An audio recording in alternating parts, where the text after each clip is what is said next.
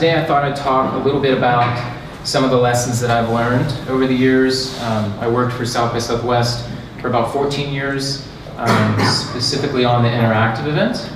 And a lot that I learned in the events business and growing that community really applies to a lot of what startups do. And a lot of it will sound like stating the obvious, but I'm going to share hopefully little anecdotes and stories that will make it a little more intriguing.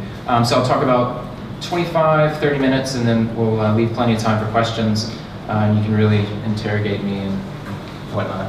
So yes, this is a mural in Austin that's pretty famous now, and I find that street art is a really good way to kind of get a really good sense of a city. This particular piece is by an artist, a musician named Daniel Johnston. And it's actually right by the University of Texas. And so when you ask an Austinite what is an iconic image, it's not cowboy hats and guns and boots and little Texas Longhorn or whatever. It's actually whatever's flashing behind me. But what's an interesting story about that, when I first got to Austin in 1993, this was a record store called Sound Exchange, and it's where all the guys that were aspiring musicians, like myself, before I got into technology, would hang out and buy vinyl records, believe it or not. And so this tells a really interesting story about Austin and what the community cares about, because when this property was bought and the record store was closed down, as often happens when communities are growing, and a restaurant was going in, the community got in a big uproar, and you can see that they won. Because this line right here is the old brick wall, which they spent a lot of money to preserve. And again, Daniel Johnston, somebody from Austin, that you don't see this happen in a lot of communities. And I've noticed as I've been walking around Wellington, there's a lot of street art that tells similar stories. So I thought that was pretty cool, so I wanted to share this. Another motto, of course, of the city is this, "Keep Austin Weird." I'm sure that many of you have heard about that. And Austin prides itself in that, in being the live music capital of the world, as it claims. And of course, you in Wellington have a lot of live music as well, where we have crippling heat in the summers, you have the wind. We talk about the weather just as much as you guys do. This, of course, Matthew McConaughey and his role from the Richard Linklater film, Dazed and Confused, which really kind of helps tie Austin's motto, again, with his character. And really the struggle as a community grows to stay cool, to stay weird, and figure out its identity and the future and what's ahead. And so I think next I wanted to kind of show a little promo reel just to give you an idea of the scope of South by Southwest.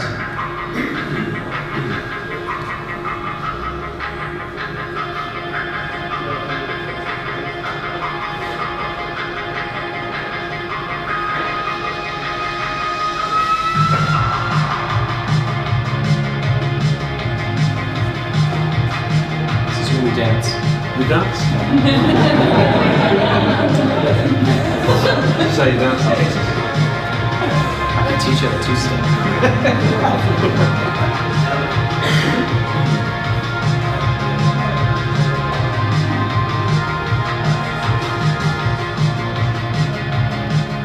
We really wanted to do something that was in the spirit of what South by Southwest has always been about, creating a real connection between the fans and the artists and musical experience.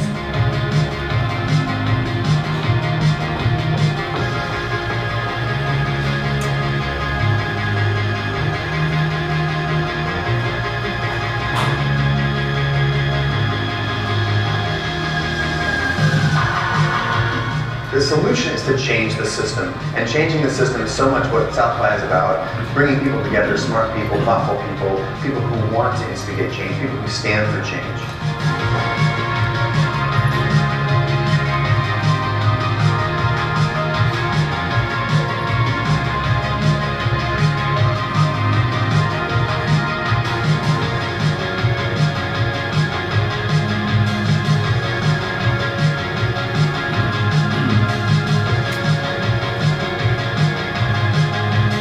I mean, this is one of the best festivals in the States.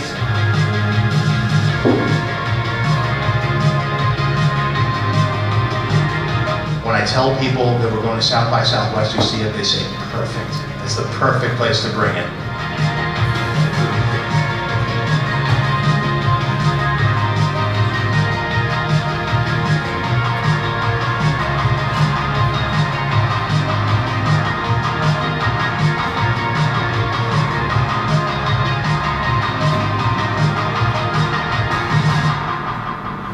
So yeah, that was the promo, obviously, for this year's event. Really 3 parts: the music, the film, and the interactive. And between the conference attendees alone are about 50,000 people. You know, keep in mind Austin is around, I don't know, just under 1 million people. It kind of depends on how you define the Austin city limits. And there's an entire ecosystem of people that come in to support those 50,000 delegates, fans, artists, whatever, and it's kind of hard to put a number on that, but it's pretty much, from what I gather, the population of like Wellington, and bringing that into Austin in March. So obviously the scale of it is really crazy, and it's an untamed beast.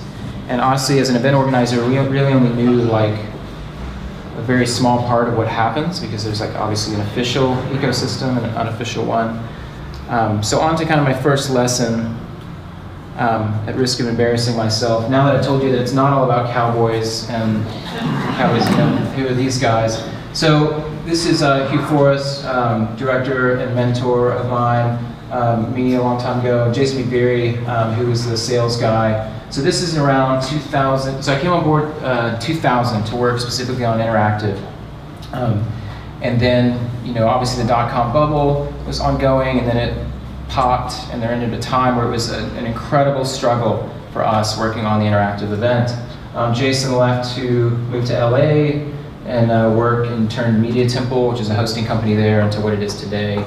And then it was just Hugh and I and a couple other people that came on. But patience and perseverance, and before I had kind of used this expression, stick to your guns, fight the good fight, and that just sounded a little too Texan. So the reason we're dressed like this actually is I was hired initially to do an awards program for the interactive event, which was a great marketing engine. People from all over the world would apply, and we'd tell them, hey, come celebrate, you'll be honored at South by Southwest. But you know, at the time, the Webbies in San Francisco would put on this big gala. It was this amazing show, and we went out there to learn from what happened. And at this particular event, it was very creative. In San Francisco, you had to have a shtick, right? So we were like, oh, we'll all wear Western shirts, okay? We were kind of reluctantly, because they weren't cool then. Like, they're cool now. Like, I don't know. You can't see, so I have like white embroidery all over. I actually still own that shirt, but much cooler now than it was. So yeah, we didn't do the hats, we didn't do whatever, but you know, coming to San Francisco looking like this was remarkably tame, actually. So, but again, this idea that we were in startup mode for a long time. We really struggled with our identity as an event. This is something that's very common for anybody who started a business. And so patience and perseverance is really important when you're in startup mode. We had a vision for a generalist event that was future-facing, and at this time only 200 or 300 attendees were coming, which was great. They were very important attendees, as it turned out. People that were involved in some company called Pyro Labs and went on to become you know, the people that actually built the internet and a lot of the companies that we know and love today. So yes, that's a very important thing, and I want to share one little story that connects to kind of some things I'll talk about later too, in terms of iteration and getting feedback from your community. We were struggling so hard that we actually went out to our advisory board and we're like, you know, we really just don't know if this is working. We're thinking about changing the name, because when things aren't working, you change the names of things. And a guy by the name of Jeffrey Zeldman, who many of you know, emailed us back. He pretty much is responsible for why websites look the way they do today. He was just like very passionately like, you guys are idiots, like do not change the name. Interactive is the perfect name for what you guys do, because he realized the value wasn't about digital experiences and things like that. It was about the face-to-face and bringing people together in quote-unquote meet space in the real world. The second thing that I wanted to talk about was about planning for the unexpected. You know, when you're young and you're starting out, and you're particularly in startup mode, you know, you're managing your time as best you can. You think you have everything covered, but you don't. and you have to be ready for things to come out of left field, and you have to allocate about 10 to 20% of your time, just not for if things go wrong, but when. And I learned this the hard way with the awards program and lots of other things, but I wanted to share kind of a funny experience. So a lot of times when you work with VIP speakers, this is obviously Elon Musk, who keynoted a couple years ago at Interactive, and I had the honor of working with his team and him, and so he's got this keynote. It was going to be at about 2 o'clock in the afternoon, and he comes in about 1:50, and he's like, he walks right up to me. He's very charming. I mean, he is Iron Man. Like, this is Tony Stark. It's weird. And he walks right up to me, and I met him. I was like, oh, Elon Musk. And again, I grew up, went to like space camp and aerospace engineering. That was my thing. So this guy, I was just like, whoa. He's like, hey, did you guys get the new edits for the new videos we wanted to play? Like, I really want to play Johnny Cash's Ring of Fire during our Grasshopper launch sequence. And I'm like, oh, I'm so sorry, Mr. Musk. Like, my team looked into it. We don't have pass-through rights for whatever. He's like, no, I talked to my lawyer just like 2 minutes ago. It's fine. It's going to cost us like 30 grand to play Ring of Fire during this video, during the keynote. And I turned to him and I'm like, what? And he goes, I think Southwest is the place to do it. And I was just like, it's your money. Do whatever you want to do. And I think Chris Anderson of Wired, who did the interview, talked to me afterwards, and he's like, yeah, I meant to tell you that this is just Elon's world, like we live in it. And again, it's like you're always, I haven't told that story before. But the whole point is like when, there are these variables that you're not going to be able to control, and you have to plan for them. And the way that I ended up planning for this is, made the call on the spot that I was trusting Elon Musk's word and his lawyers, and played the song. And I ripped the laptop that was configured for the AV, cached the videos, we played them without having watched them for the first time in keynote. Don't do that. The next thing I'm going to talk about that I learned is don't play softball. Do you have that expression here? No, probably not. Okay. Don't play softball really means be authentic.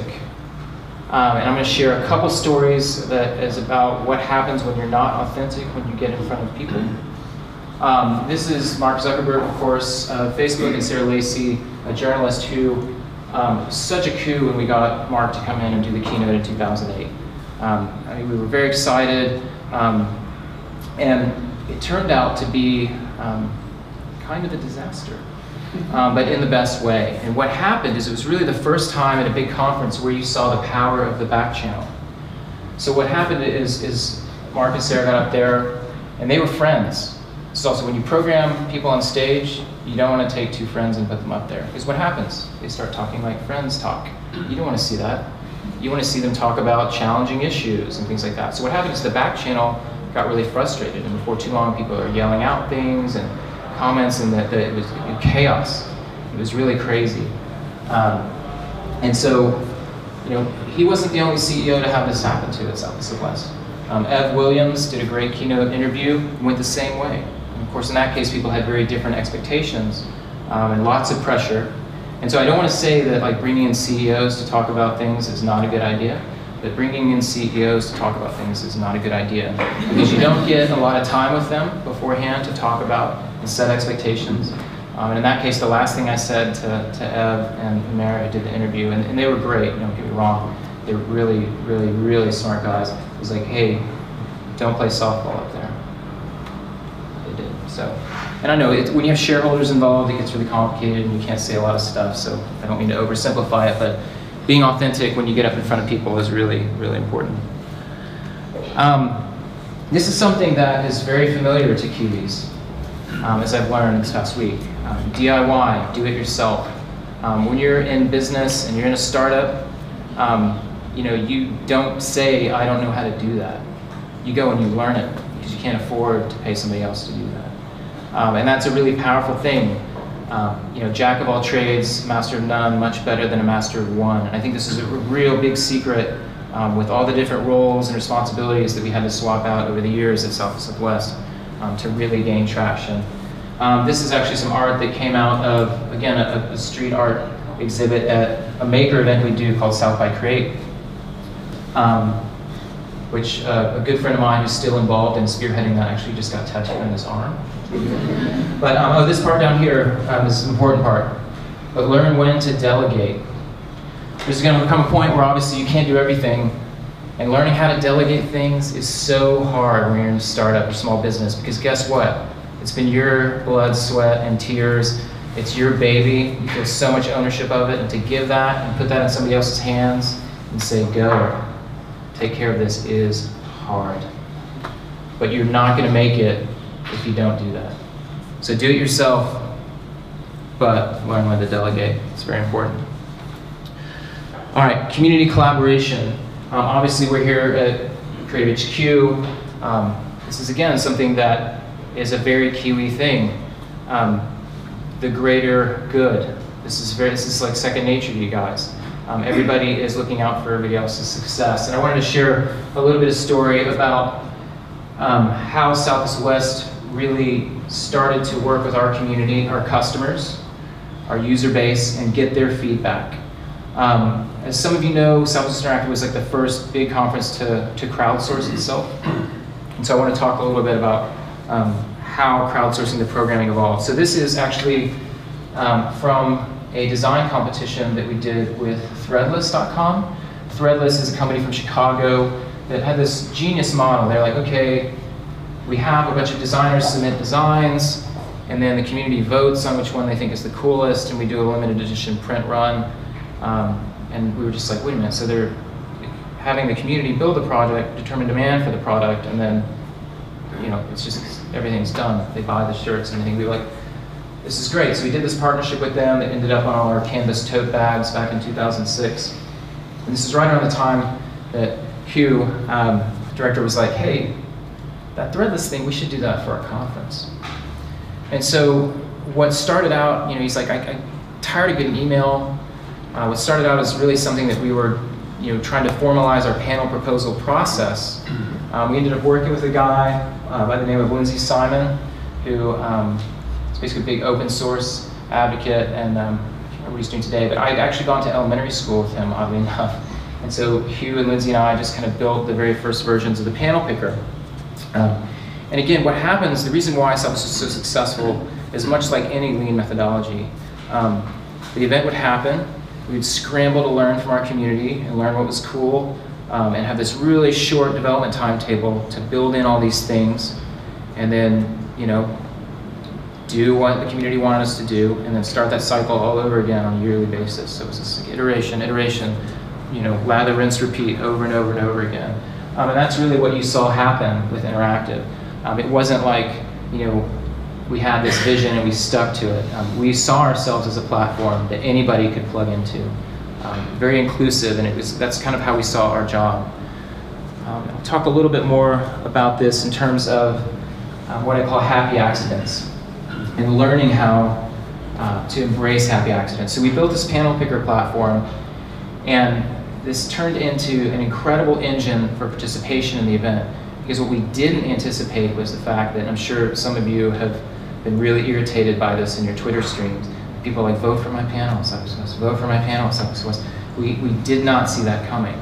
And so we basically had turned everybody who wanted to be part of the event into brand ambassadors that were out there in social media channels talking about their panel and talking about what they wanted to talk about in the industry, and having conversations, you know, raising awareness around issues that they felt they were important, you know, social enterprise issues, where the industry should go. And so that was pretty awesome from an event perspective. You know, growing that online community, anybody from anywhere in the world could share an idea of what they thought was important and what they should talk about.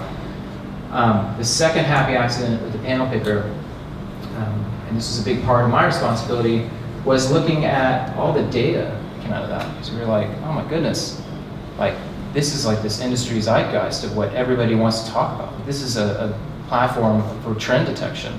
Like this is like hidden in here is like the future. And so a big part of my job for a long time was trying to find you know, trends, and even looking at this simple tag cloud. For example, see this little word over here, web? A few years earlier, that was huge. That was like this social thing. So you could even just like with simple visualizations track the trends of what was kind of growing and becoming popular, and what wasn't. And I think This is a simple one we did probably from just about 3 years ago. So again, learning how to see the happy accidents and when things kind of go really well, and how to use them to your advantage is important. Designing serendipity. This is where I'm going to talk a little bit kind of from an event design perspective. And some of the variables that come into play that I think you can basically see when you start to look at urban planning and the design of cities. So I talked about how many people are coming to Austin and how crazy it is. So when we were all wearing the Western shirts, Southwest happened in one convention center. And what was really special about it is we would basically take the sessions that were going to be most popular and put them in a big ballroom. And we, take the less popular thing and put it in a slightly smaller ballroom.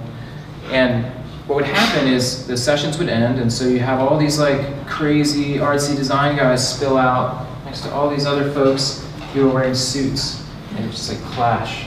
And that intersection, that collision that was happening in the hallways is what people really liked about Southwest. And as it grew, we kind of ran out of room, and we had to move to about 15 or 16 different venues in recent years, which you see here, and they were all broken down by topic. Because you can't have a conference or event that's across 15 or 16 different venues and get around very well. So you're really setting things up by subject matter, by category, trying to find a way for people to know how to get around. Now there are some not so happy accidents that happen from this. One is that hallway magic that I talked about before becomes a little bit more difficult when it's street magic. And there's this other psychological thing that people do. They go, you know what? I'm a social media expert. I'm going to go to this social media land and hang out, run into all the same people I see all the time in the industry, not get out of my comfort zone, and not expose myself to new ideas and things that I really should be learning about. So this is a real big challenge that honestly I don't think that the event is really fixed. Struggled with this for many years, this kind of wayfinding versus kind of the creative chaos that's really important to sustain an event, especially when it gets quite big. So yeah, it's just a little bit there about designing kind of the collisions and interactions that you need to do in a city. And if you haven't read, looking at what Tony Hsieh has done with the Downtown Project has a lot of these ideas in mind, where he's literally gone into the old part of the Las Vegas Strip and invested a lot of money into building businesses, parks, communities, and doing some really cool stuff that is designed by increasing the number of collisions that people have on a daily basis. And again, this is something that Wellington already has.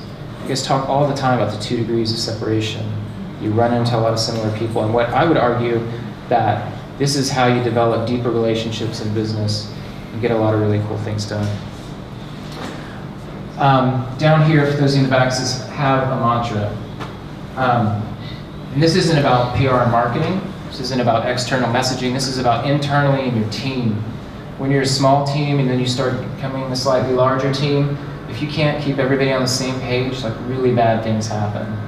And so having a mantra really not just for your own kind of personal development, but for the team's development, keeps everybody going in the same direction. And there were years that we kind of forgot to do that. And they weren't as exciting, they weren't as fun, they weren't as successful. One of the best launches that we had that actually became an externally facing program was called Tomorrow Happens Here. And it's kind of a little play on the Vegas, what happens here stays here thing. All right, number 9, embrace your harshest critics. This is also something that's really hard to do, especially in an online world where there's trolls everywhere and everybody, it's easy to say negative things about something. But when somebody does and they challenge you, give them a seat at the table. That's how you're going to become better. And it sounds really new agey, but it's really important to affirm all voices in the community. And so that's what we do. When we had cases where Hugh and I were personally attacked because somebody had panels turned down and they worked so hard to put it together and whatever, and just like, look, sorry, you're right. You want to be on our advisory board? It's like, and that's how you get diversity. And that's how you get the loudest converts in the choir in your business. So think about that as you're doing product development or community building. Don't just shut people out. Be inclusive even when it hurts. All right, the last thing I'm going to talk about, again, I've had lots of conversations about this, is that change is good. Getting out of your comfort zone is really how you find where the magic happens. And this is really a personal story for me too. I mean, I was at South by Southwest for a long time. And then, you know, I left last July. I left a dream job for many people because I'd been there too long. Changing your constraints, challenging yourself is really important. And losing the kind of fear, taking that leap of faith is really only going to have, you know, it's the only way you're going to evolve and get better at what you do. So in July I left, I started a little consultancy, trying to get a startup off the ground in the healthcare space. Yeah, doing a bunch of stuff like that and being open to all kinds of adventures. So who knows what the future will hold for me, but I hope today that I've shared a little bit about some of the things that I think are important as it relates to your startup, small business, event design, and how awesome Wellington is.